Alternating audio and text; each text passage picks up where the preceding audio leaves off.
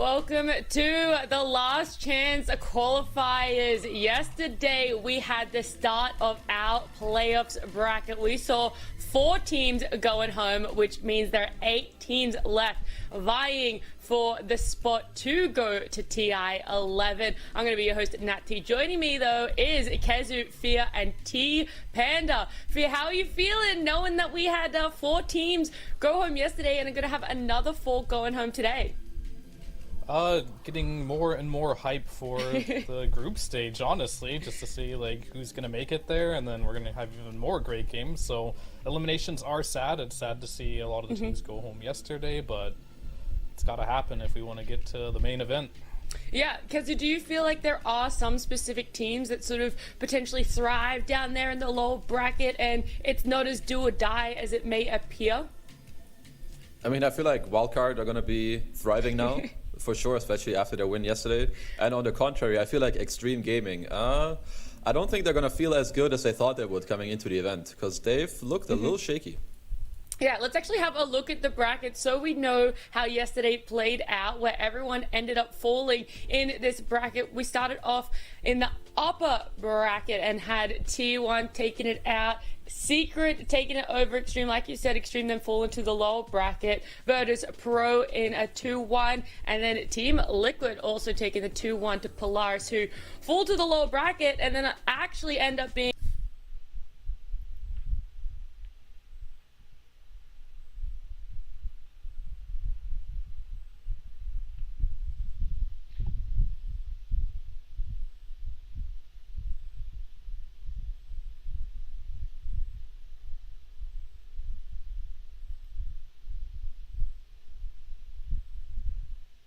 of Dota. We had 21 games, so was a lot so of 2-1s. A lot of 2-1s yesterday. I think we could keep up with the same theme. Most likely a lot of 3-map series up to come. You see the upper bracket matchups are going to be really tight, very close, neck and neck games. But it's kind of hard to predict anything after seeing upload those 2-0s from yesterday, which did surprise a little bit. Some of those upper bracket games where they were able to either get the start off game and then getting reverse swept. They were like day and night performances in some of those games, so it's not too obvious, and it's pretty hard to predict what's going to happen today. Yeah, it does outline just how even the playing field is looking with a lot of these competitors, but it's not just the fact that series are going to 3 games, it's also the length of some of the games, you know, going 40, 45 minutes, one game going all the way to 62 minutes, so not only are the series going the full distance, but so are the games, and knowing that everything has been quite even, Fear, is there someone that still sticks out as a cut above the rest? Is there a team that stands out for you? I still have a lot of faith in Liquid right now. I think they're looking really good. They did drop a game, but to me, they still look like they're a cut above most of the other teams. I've got them going through for sure. +1. I'm not sure who my +1 is yet, but still gonna ride with Liquid. Okay, you're a bit of a Liquid ride or die right now, and rightly so. They have been looking fantastic. In fact, let's have a look at today's schedule so you can see when you can catch Liquid, and it is going to be the first series up against Virtus Pro over on the B stream. The second stream they're going to be having is Na'Vi and Extreme. One of those 2 teams will be going home, and then the third series on the B stream will be the winner of the lower bracket and the loser of the upper bracket.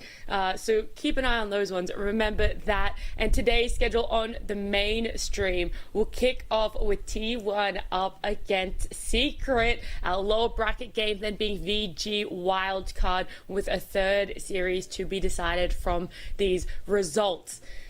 T Panda, which game is going to be the potential upset out of the 4 that we know for sure? Out of the 4 that we know for, oh damn, okay, yeah. Well that's a tricky one, because I feel like if you want to look at an upset series from how this tournament started and where we are right now, maybe Na'Vi Extreme has a bit of that upset potential, because both are really good looking teams, but which one is better? It's hard to decide if it's because of that specific series or how well they've done in the group stages and the days before, because I think when you look at growth, VG Gaming has been one of the teams that has grown the most. maybe NA scores another 2-0 victory over one of the teams that has matured. I mean, it has to be somewhere in the lower bracket where the upsets are going to happen. Because I actually want to throw you under the bus a bit here, and I want you to predict all of Stream B, how it's going to play out, how many games they go to, the VP Liquid and the Na'Vi Extreme, and who wins what. So I think VP Liquid, I'm going to go with 2-1 for Liquid, and Na'Vi Extreme. I'm going to go with 2-1 Na'Vi. I feel like Extreme have not shown me the strength that I had expected from them. And on the contrary, I feel like Na'Vi they're doing their own thing. I feel like they're doing very good things in the meta right now. They've got their heroes, so yeah. Well, yeah, let's have a little bit of a chat about the meta as well, how it's sort of shaping up. The interesting one that still is sticking out is Marcy, 100% pick ban, over 81 games played so far in the last chance qualifier. But Fear, in your eyes, where is this meta going? Is there a shift to what we saw in group stages, and who are the standout heroes? I don't know if there's a huge shift in the meta. I think it's more about teams reprioritizing heroes and playing the mind games.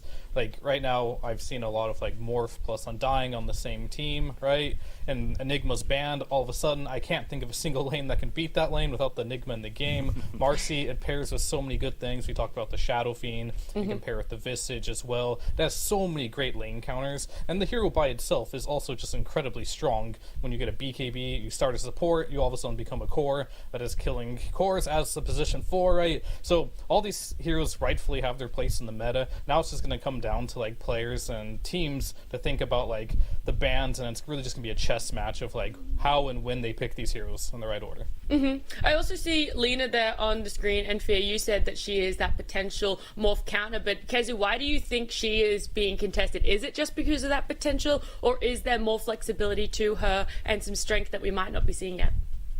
So I feel like right now with what is happening in the games is that I feel like there's a very big rise of range carries, like ranged right clickers that abuse auras like the Wraith Pact and the Marcy buff and so on. And also at the same time, I feel like Lina just lanes really well in the mid lane, especially against a lot of the mid heroes. You see like a lot of mid Shadow Fiends that go there. I feel like Lina makes it a bit uncomfortable. And yeah, people just have figured out this insane build on Lina where you just end up top net worth every game at minute 10.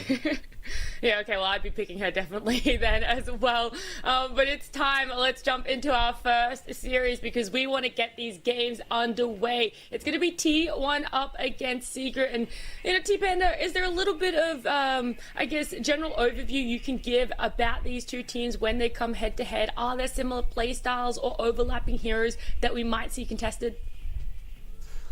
I think I mean the hero pools are somewhat different outside of the top 5 meta heroes that are being picked.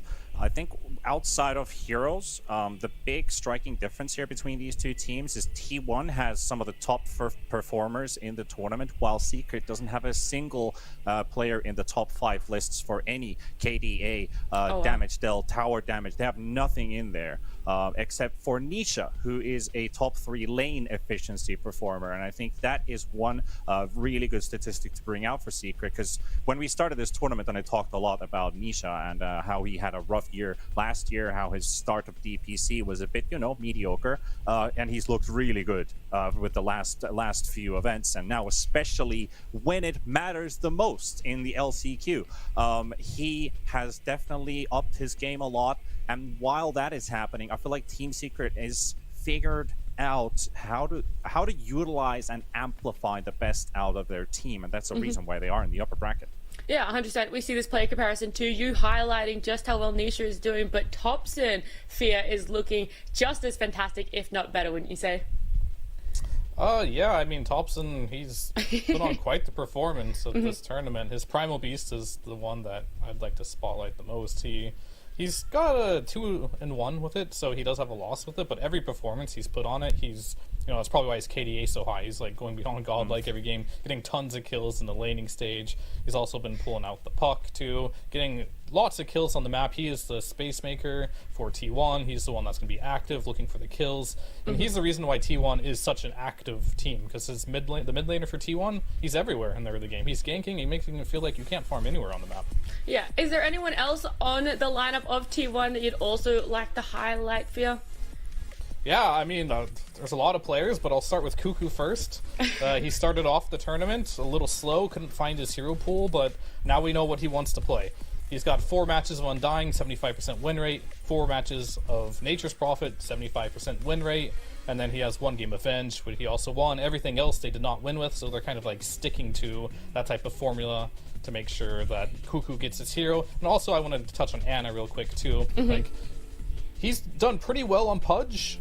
He's done super well on Slark and on Morphling, not losing on Slark or Morphling yet, but he has 3 losses with the Gyrocopter, so I'd like to see them like branch away from that specific hero, pick more of the Pudge, pick more of the Slark, pick more of the Morphling for T1. It is nice to see T1 sort of, finding their groove a little bit more, especially on Anna's carry heroes that you talked about there. Overall, do you think they are hitting the expectations that people have placed on them? Kezu, are you impressed with Anna and Thompson being able to come back and do somewhat quite well? I would say I'm that surprised. I feel like maybe about Anna a little bit, because some of the stand-in performances he's had before in the year, they weren't as good. But Thompson, I saw him in the pubs. I feel like, as Fears mentioned multiple times, he's just a very unique player, and when he has his heroes that he's practiced a lot, and they're good in the meta, which is the case right now, then, I mean, this guy just looks insane, and he's gonna make his teammates look very good.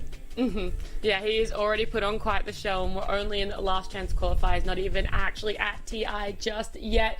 But we do have to highlight their opponents. The team that T1 will be going up against is Secret. T-Panda, give us some insight, not just Nisha. I know you've definitely been singing the praises of Nisha, but what about the team as a whole, especially with Resolution coming in more recently and that little bit of a roster change for Secret?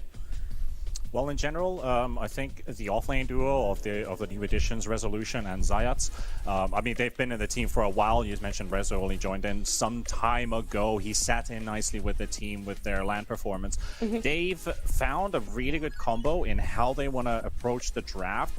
What heroes do they want? How do they utilize it and execute from there? We have still a couple heroes we have not seen Zayats play because they're making him play Nyx, but he's playing a good Nyx. He's 5-1. He's 83% win rate currently. And with Rezo, they're saving his hero most of the time as a last pick, where he might see a lot of potential, like we saw a Darkseer come out in the last phase, like, whoa, wait, does this fit into the draft or not? And it's like, hey, he pulls out a massively good laning stage. And these two players have really caught my eye, and I think it caught a lot of people's eyes, because Rezo kind of showed how ready he is to play in this team, and he just sat in very nice. I think Kezu also agrees on that. Yeah, like, just to finish off that thought real quick and chime in, Secret, I feel like both Zayas and Resolution have performed really well, and from what I've seen in this tournament so far, your offlane duo is very important, because I feel like if they have pressured themselves already in the lane, it makes it easier for your mid laner to rotate there, and at the same time, maybe you don't have plays there. If they're doing well, which they usually are, because Rezo has been popping off in half his games, that's what allows Zayas to like roam around the map on some of his great heroes like this Nyx Assassin that we've highlighted and the Earthshaker.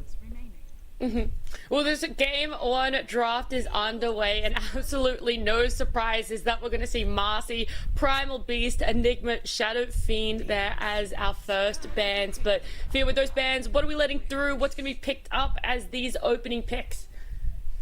Well, already missed an opening, Undying, but we're talking about T1 here. You know what hero did not get banned? Venom. The Venomancer. Yep, you got it. So, got to keep an eye out for that one. There's a chance they can pick it, and it's pretty good. They have a flexibility on T1 right now. This Undying, they're willing to play it on Cuckoo, on the Boss 3 role. That's a very comfort hero for them, but they'll also play it on 5. So they do have room to pick a Veno to also kind of like flex in that role if they want to, but they're going to pick up Zayat's Nyx Assassin, as we talked about before. He was 5-1 with this, you said? Yep. Sounds like pretty good stat line to me. Yeah, maybe a little bit better than that T1's Veno. I mean, I like the idea that T1 starts off with the Undying, because it's also been one of the 4 heroes that they prioritized in Phase 1 between Primal Beast that is banned, the Venom that's already talked about, and then there's the Morphling, which they have sometimes gone for if they can't get themselves the Furion and the Venom combo. But I kind of still feel like there's a lot of room for this Venomancer. It's also 4 and 2 as a combo for T1. If we, what do you feel like the Undying is most commonly played for T1, or do you think that that's something that is good for them right now is the fact that it can still be quite flexible, Kazu. I think they're very comfortable having it in both lanes because, as we mentioned, they have Morphling in like most of the games, especially when they have Undying. Now, perhaps the draft pans out in a way where you need a different 5 for the Morphling, or you just put the Morph mid.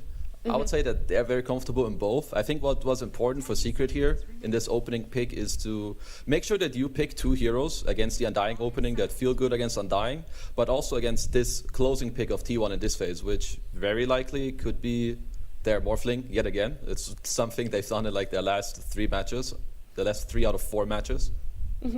Yeah, it's so good here. I think the Morphling makes total sense. Like, it lanes incredibly well versus Lesh. Topson can play it mid against the Lesh. They can put it safe lane against the Lesh. That's generally where the Lesh is going to go, right? It's going to go mid or potentially off lane with the Nyx. And you just can't pressure a Morph. You've got low base damage.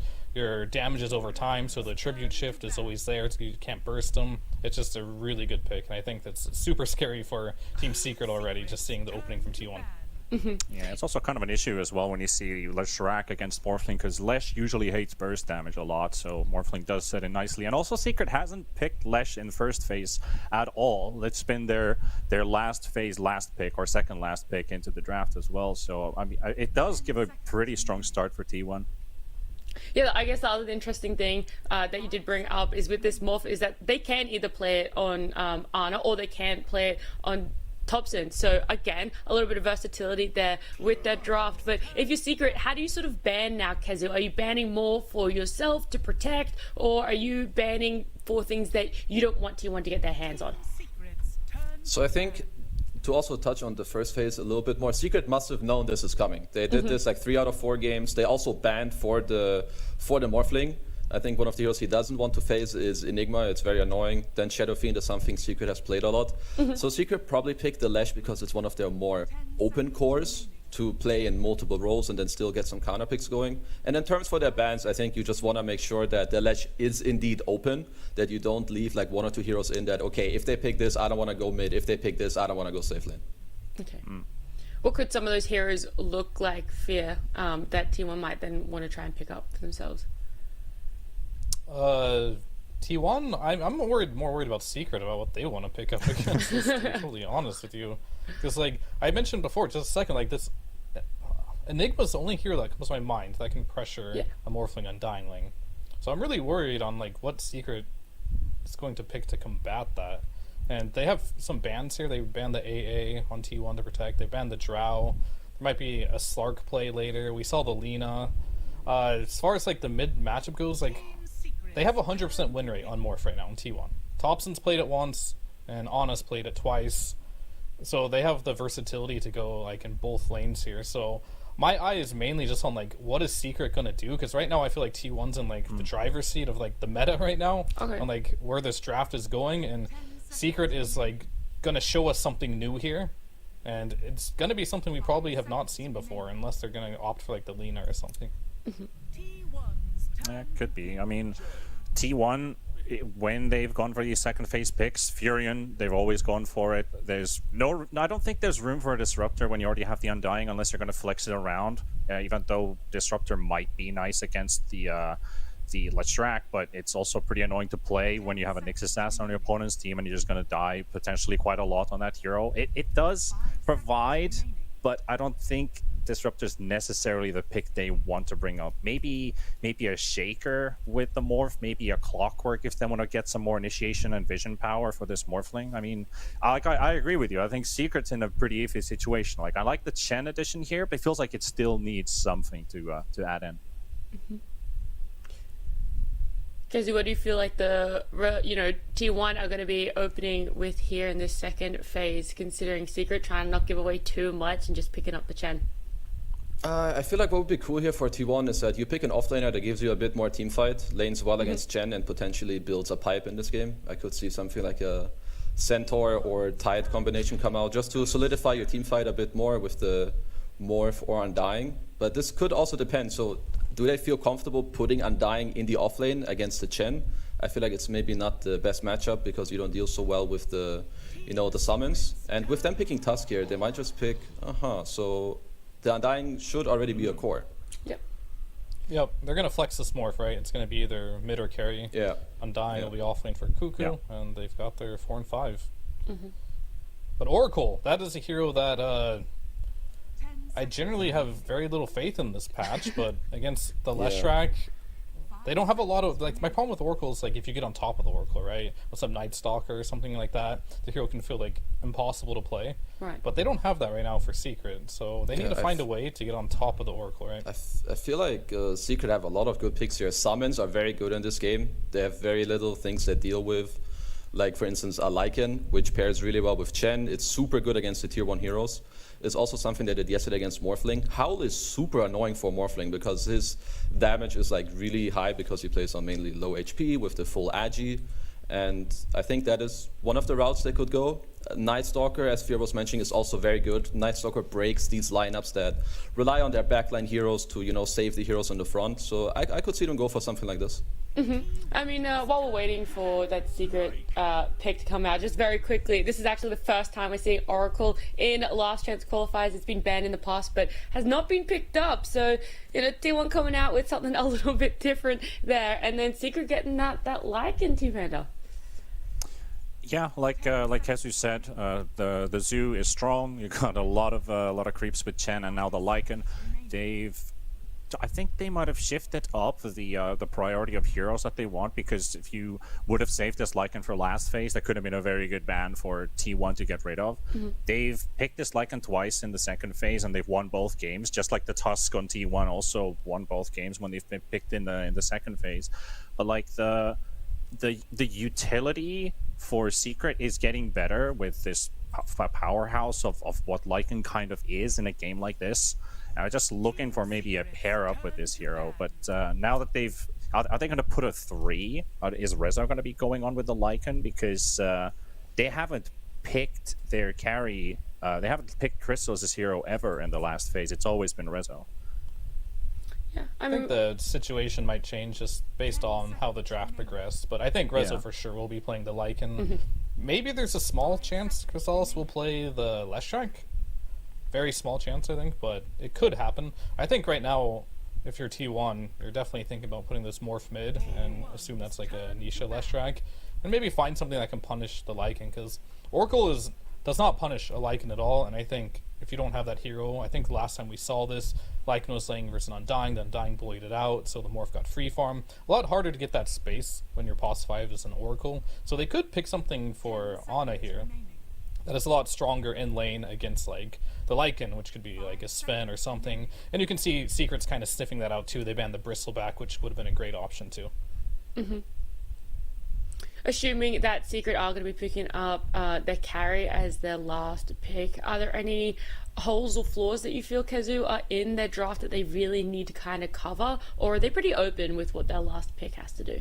I think what's important for them is that they do have very good team fight with the auras and the Lash running in and letting him tank up, but I would like to see them just have a hero that really complements the fact that your team is running in for you and that they're buying auras for you. So I would like to see them pick a hero that just scales very nicely, with damage, because he's going to have a Vlad's aura from his Lycan, an AC from his Lycan, and the heals coming out from the Chen. It's a little hard to say yet what it's going to be, because they're going to be picking their pick in response to what T1 will go for. But I would just like for them to seek more the complementary pick for their draft. Yeah, you're laning versus Undying too, which isn't an easy task, but is Ursa in the pool? That's a hero that could work well versus the Morph and Undying. Yeah. But as I've seen a lot of Undying lanes, they seem to just win their lane no matter what they play against. So I don't know if you can play for like trying to win your lane. I don't know if Crystallis would like to go for something like Viper or the Monkey King span. So yeah, the Viper and the Void are the ones that I'm kind of thinking. They don't really have synergy with the Faces Void necessarily, but it does give them some extra tools to fight with. But I think it has to be somewhat of a response pick as well to this last one that T1 wants. Yeah, they'll see a little bit, but I think for the most part, Crystallis already sees his lane. So, I mean, there's a tide. Is this going to be a carry tide from Ana? I think it might. And they might put the Leshrac in the mid lane here against the Leshrac. I put the Morph against the Leshrac, sorry. And then this doesn't change a ton, I think, for Crystallis, because unless they want to do some lane swaps. Like you mentioned the Void, but I've never seen Void do well versus Undying. Like I just never, that lane's just too hard. So very interesting pick here. Looks like Ano's going to do something creative and play a non-meta carry. I could see something in this draft where you put the Lash safe lane and you pick. I just feel like you want whatever ranged hero, whatever. Like you could go for a Lina mid if that's something that they want to do. If Crystal is comfortable on the safe lane Lash, yeah, Ursa is also an incredible pick, as Fear mentioned. Alright, well, we got this game at 1 draft, nice and sorted now, and, you know, obviously T1, they couldn't be as straightforward as maybe everyone thought, but Kezu, seeing it, how you feeling? Which side is actually gonna be Mid-Oracle. Thompson? Yeah, or, okay, yeah, see, there you go, T1 doing something not a lot of people are expecting, not even us here on the panel, but seeing where they're all going, Kezu, how do you think it's gonna shape up, how the laning phase is gonna be into the later part of the game, especially in the mid-Oracle? Well, I'm not an expert on Oracle mid against Lash. I think that might be a farm trade lane, but I think both side lanes are in Secret's favor. I feel like T1... I feel like they started their draft off pretty strong, but I think they missed out on perhaps 1 or 2 bans, and their adjustments aren't really what I would have liked to see. So, especially seeing with Oracle, personally, I would prefer to play a Secret draft in this game. Okay, and Phil, what about yourself? How do you think this one's going to be panning out? All right, this one's going to be wild. I think they have something in store here. Cuckoo picked up the Tide for himself, knowing there's an Ursa in the game. We mentioned how the Tide is good versus the Lycan. I think there's going to be some lane swapping in this game. I think this Tide is probably going to want to go against the Lycan. Secret's going to swap back. I think we're going to have some musical chair lanes here, and it's going to be quite an interesting early game. And what about yourself, very quickly, T-Panda? Which team are you kind of siding a little bit with? Oh, man. Seeing both these drafts, I mean, of course, there's a lot of interesting things. It's hard to say. If I have to pick, I guess I go with Kezu, and like I really like to play this Secret draft rather. But T1 playing some very good meta heroes right now. I don't know. Maybe Secret takes this one. Yeah. Alrighty. Well, let's jump into our very first series of the day. It's upper bracket best of 3 between T1 and Secret with your casters Seek and Strike and Pile I Die. Thank you, Nat T. Thank you, lads. Yes, here we are, Pi game number 1 of the upper bracket semifinals. Victor here gets 2 chances to qualify directly to TI if they can get into that upper bracket finals already. And T1, they're kicking off the series with a mid lane Oracle. Have you ever seen anything like this, Pi? Actually, I have seen it. Anyone who's caught Thompson's stream, especially a couple of months ago, you've seen him play this hero quite a bit with like various results. I don't know if this ended up being one of his favorites, but he did have decent success with it, and a lot of it is just people don't expect this early burst damage when an Oracle gets these many levels. Yeah, and I think that's going to be key, right? What your combo early on with what 204 on Purifying Flames especially is it's a mad amount of damage. It's over 500 and quite spammable at that. Yeah, and what I remember, usually he tries to go for a really early Ags, which is not a very common item either, right? Like if you have a position 5 Oracle, you never get to get that Aghanim Scepter. And Reign of Destiny. Yes, and no one really knows what it does, right? And so yeah, if you stand in it, you take a lot of damage. If your teammates stand in it, you heal them more. So like that's basically what you need to know. It's quite exciting.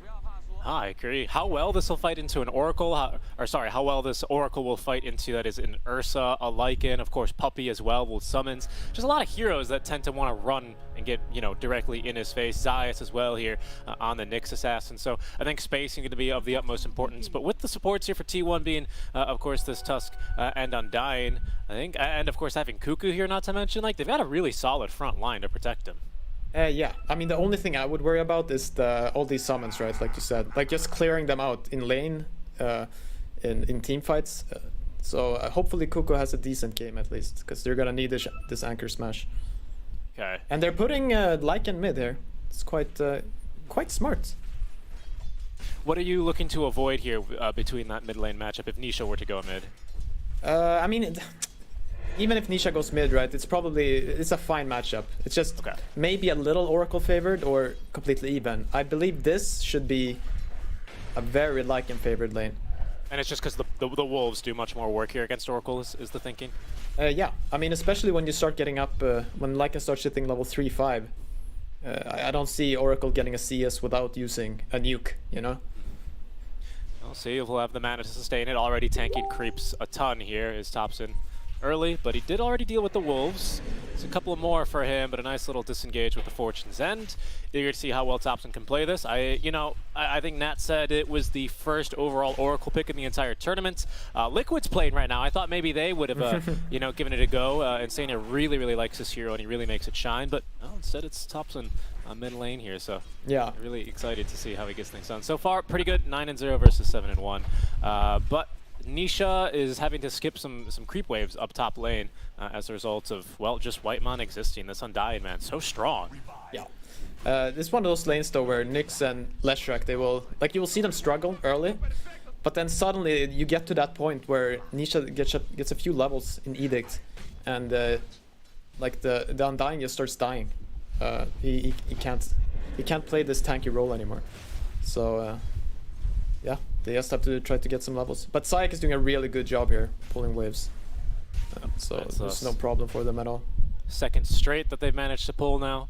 And the Undying attempting to, I'm not sure, maybe try and scout elsewhere, but like you say, they just need the levels. Undying, of course, Whitemon, he brought all this consumable regen to lane. He's going to be a little bit disappointed he's not really getting the fighting lane that he'd want. Yeah. 5 mangoes and a clarity. I mean, he's actually got no permanent item in his inventory. Everything's going to disappear here eventually. Yeah. What you have to say though is like Nyx is contesting Morthing, right? And Undying is contesting Leshrac.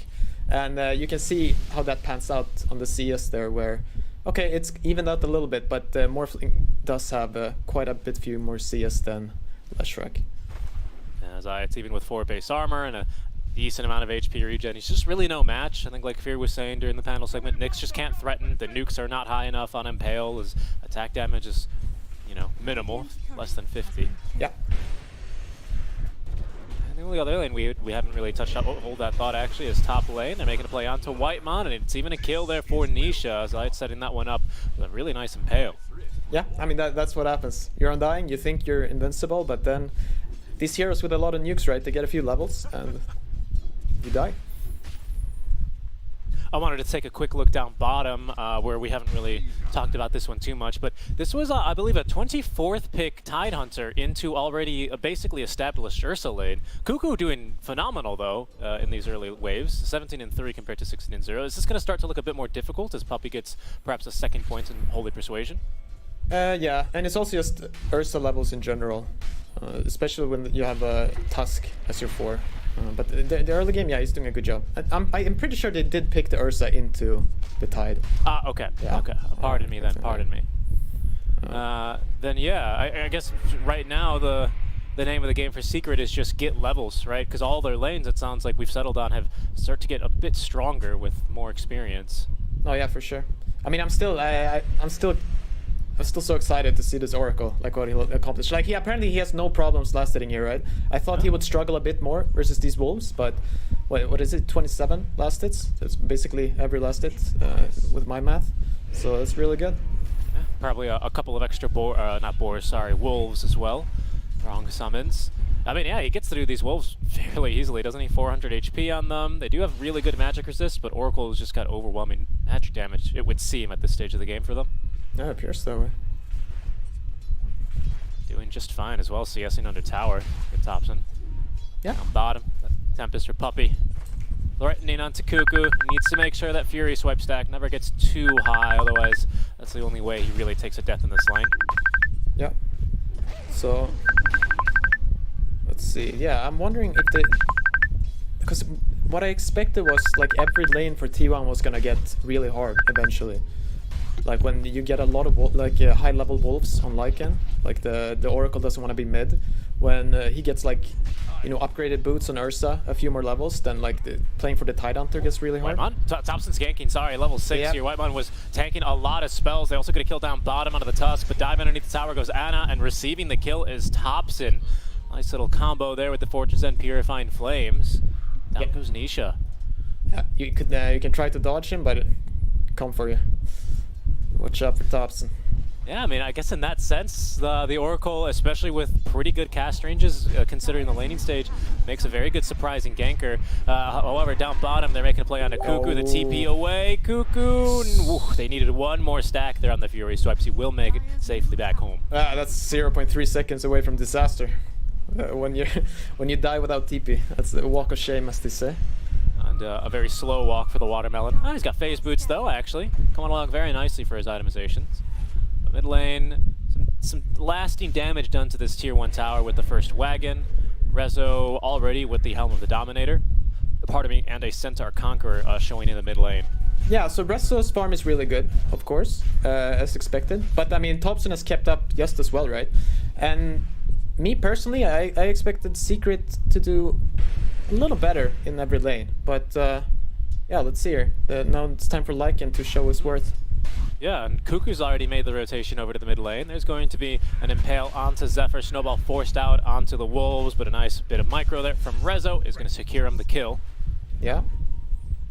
I mean, you have this... Okay, maybe it's fine. Level 4. He's going to hit level 5 here with Tidehunter. Can probably I think hold they're going mid. to go top again. Thompson at least making the rotation over, but is going to continue making his run. Might run into some trouble himself, though, with Zayat and Rezo. Heading into the dire side, though, and Thompson's going to deviate he south wants into the this. jungle. He wants this stack. Oh yeah, actually. Thompson is stealing a stack in the meantime. Dude, dodging certain death. Lycan and Nyx coming from you behind, you know? You just walk even deeper and steal yeah. their stacks. It's a big stack. It's a triple stack. Oh, who's drawing there? Okay, so Nisha is drawing. I think he knows. Thompson is back there. Yeah. This Thompson guy always going 404 on every single mid laner. Look. Oh, this is dirty. Oh my god. They're all gone. Yeah. Thompson now, all of a sudden, he leaps to the head of the board for last hits and denies. His net worth as well, reflecting nicely, 3,600, as they're going to make the play onto Zayat. Gets off a nice Impale, though, and the spiked Carapace, but surrounded by T1 heroes, he will fall. Yeah, then that's where you see the Oracle, right? Like, Pure Prime Flamesteer maxed out at 7 minutes. It's a lot of damage. And he's also going for the Axe, so that will be cool. So he actually went for Fortune's End first, as it helps him farm a bit faster with that AoE damage. He's just running into the middle.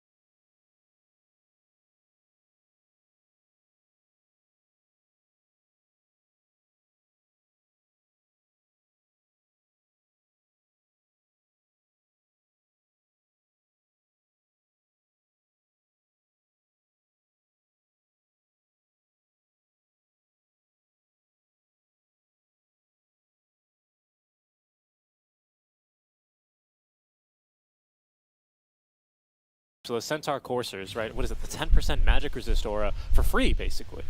No, yeah, for sure. And yeah, speaking of Puppy, he's had a really nice lane.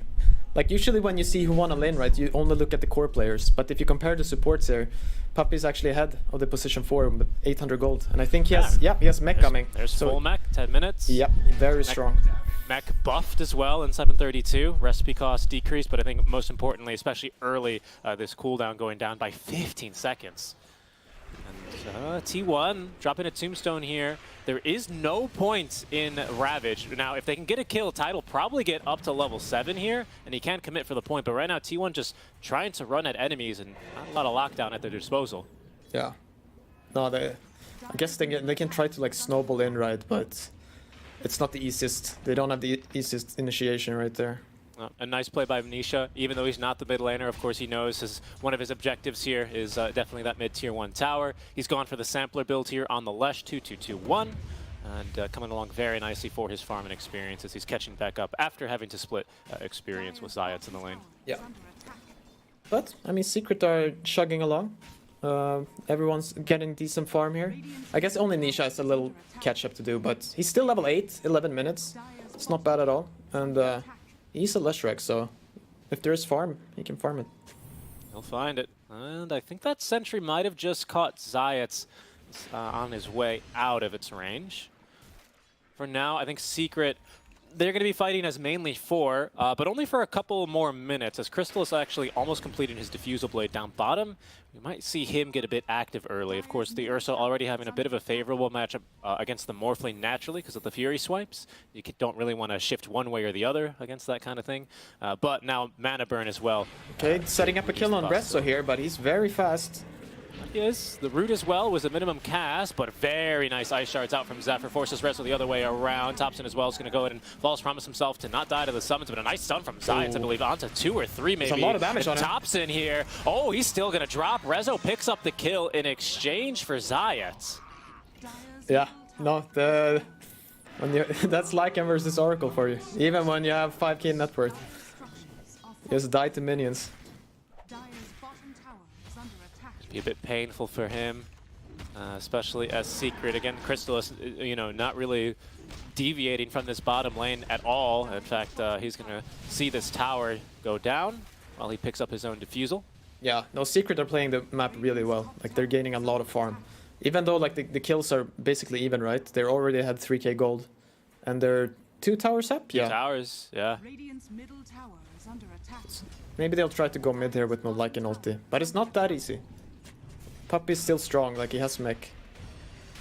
Yeah, Puppy is really strong. He did use Hand of God in that previous exchange. He doesn't have that one at least, and he's got to be in the vicinity for that mech to kick in. But look at these tornadoes! Yeah, Cuckoo. He has Ravage, as there's going to be the jump onto him now. Look at that, the Enrage is going to allow Crystals to shrug this one off with a snowball onto 2. They make the jump, and Ana, and getting involved early, is there for the kill. Nisha doing a lot of AoE damage, surrounded by 4, taking them down 1 by 1, but Puppy cannot keep him alive despite his best efforts with the mechanism. As T1 now sent scattering. Wow, the Helm of the Overlord already finished. Yeah. Black Drake here. I think they might have had a little bit of a communication issue there where I think Resolution just finished it and he really wanted to get a nation creep. So he showed up a bit late. And so maybe Secret could have waited before they committed in there. Yeah, but just look at this damage that the Nisha gets to do in this fight. 3,100. This is why having some heals, even for some time, there was a Wisp Lesh strat running for a couple weeks. The longer you can keep this guy alive, the more damage is going to output. It's almost that simple. Yeah, no, he's really strong. I think you saw the Ursa there go in and go down, so to speak. I think he overcommitted with the, what is it, the little Earth jump? Earthshock. Yeah, Earthshock, yeah. Front flip. The front flip squiddly do. He probably should have kept that to get out. But Chris, I think he wanted to stop a Ravage from coming through maybe, but Cuckoo just a little bit too tanky in the early game. Now has a Sanj. it's a Roche though. That's a Roche without the Ravage to fight. Chris Secret feel like T1 can't reasonably contest, and they're right about that. T1, they make no moves. Instead, they're going to head down bottom where Ana picks up the first tower of the game in favor of T1. Yeah, that's something. Like, if you don't at least pick up that tower, you start feeling kind of bad. But now you're like, all right. Waiting Ravage, we got a tower. It's all good. Yeah. And I think Secret have done extremely well with these, like reading the map. Nisha especially has been a highlight for me. Yeah, both teams doing it as well, right? Secret are doing Roche, T1 do the best of their space, they look to go bottom. Secret sees them take bottom as they expect, Nisha goes top, takes a tier 1 tower for free. Good stuff. Yeah, I'm just really curious how these team fights from now on are gonna pan out, because both teams, they believe that they can be the ball that you can't run into. You have T1, right? They have Ravage, they have Tombstone, and they're gonna have this Axe on Oracle, which deals a lot of damage and heals. But at the same time, Secret have Chen, right? And they have Leshrac, so like it's gonna be this what is it? Unstoppable force and meets the whatever. Yeah, it feels like a secret. They see themselves as the unstoppable force. T1 maybe, especially with Reigns of Destiny now on the way for Thompson. Cuckoo, of course, threatening with a Ravage, a Tombstone placed down. They might be the immovable object in their own eyes. Yeah, because that's what I expect them to believe from their own lineup. So I'm curious to see when they clash here eventually. I mean, we might get that treat here sooner than we think. Crystallis showing in the mid lane where the rest of the team is kind of baiting him, smoked around him. Zayat's planting down an Observer Ward. That's going to see Whitemon immediately. Gets the Tombstone up. They're going to get the D Ward, and happy with that. Zayat's, just fast enough there to evade the Ice Shards. It's Tombstone down. Secret can just wait this one out. Maybe even push mid in the meantime. Yeah, just go from the left here. So now you've lost your Tombstone. You're definitely weaker. You might even have to give up the tower. So let's see. That'd be a second tier 1 tower already in the first, 2 minutes of this Aegis? Yeah, I mean, and the issue here is like Thompson is on our Oracle, right? He's not this Ember Spirit free farming while Secret are committing 5 heroes. He's just sitting with his team, not getting any resources. He's nuking a range creep from Fog. Yeah. That's about it. And as you can see, the double Tempest, the rarity. I grew up in the Midwest, Pi, where we had the tornadoes coming. Oh, Lord, if I saw 2 of them. Double trouble.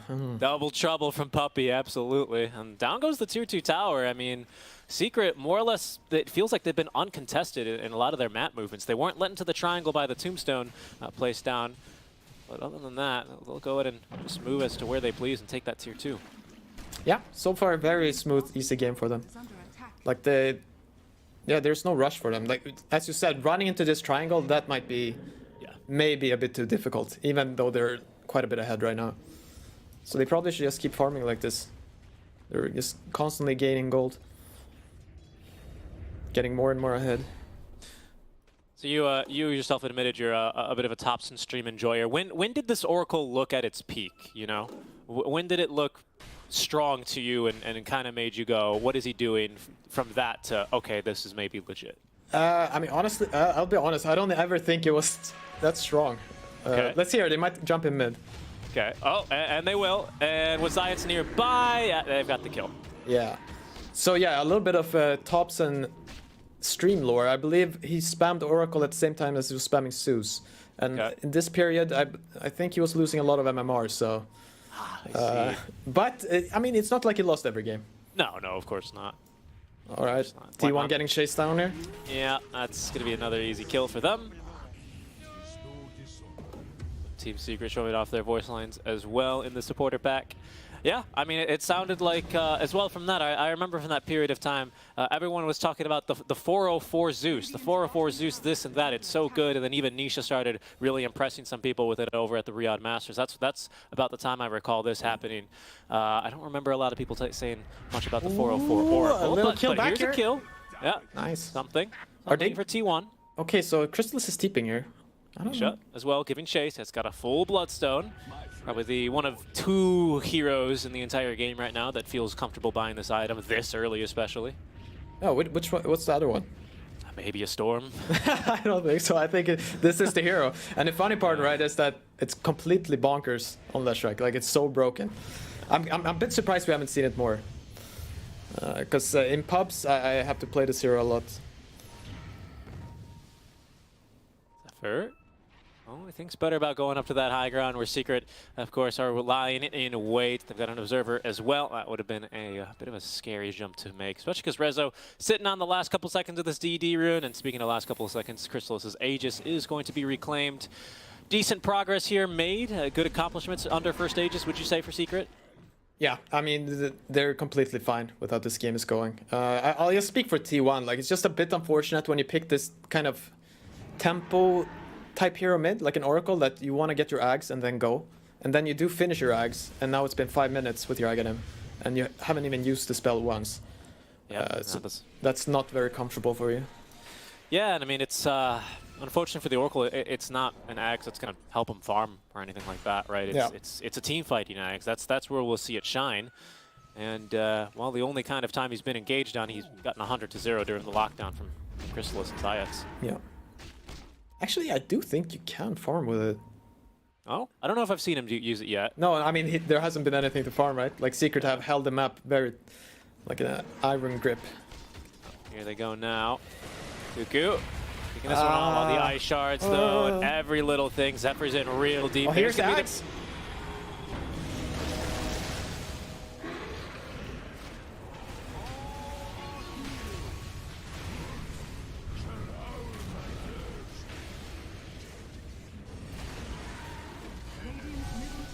Oh, going more. Uh-oh.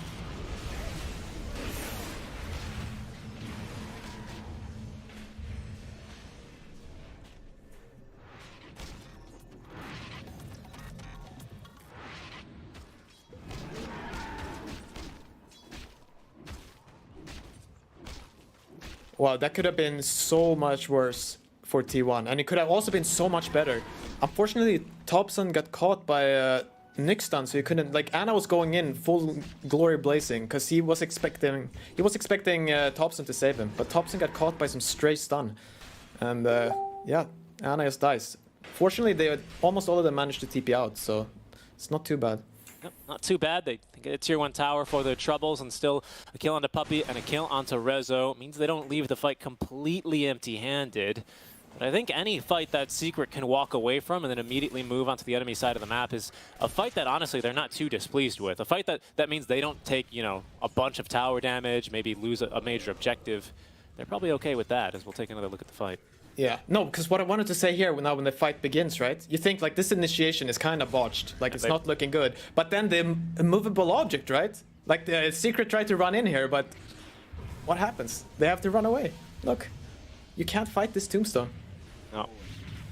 Look, Nisha trying to man up, but they have to run. But this is when the unfortunate thing happened. Look here, look at Thompson. I believe he gets stunned in the back here. Yeah. Yeah. And then, oh yeah, he doesn't manage to save his buddy Anna, and that's what Anna expected the save there. So very well played by Sayak to get that. They got to bail out of that fight pretty quickly. Secret, in the meantime, they find a free pickoff onto the Tusk.